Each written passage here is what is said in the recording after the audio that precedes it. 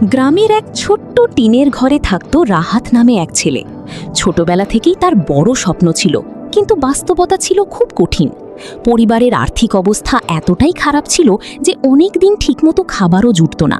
School শেষ করার পর রাহাত শহরে চাকরি খুঁজতে যায়, কিন্তু যেখানে যেত সেখান থেকেই ফিরতে হতো হতাশ হয়ে।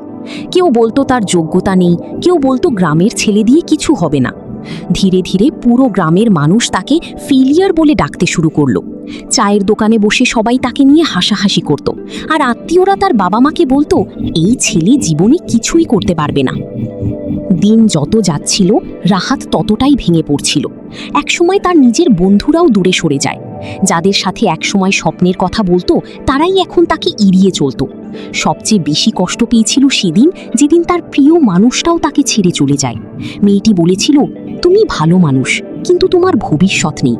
কথাটা রাহাতের হৃদয়ে ছুরির মতো আঘাত করেছিল। সেদিন রাতে সে একা বসে ভাবছিল, সত্যিই কি সে এতটাই ব্যর্থ? কিন্তু সেই রাতটাই তার জীবনের মোড় ঘুরিয়ে দেয়।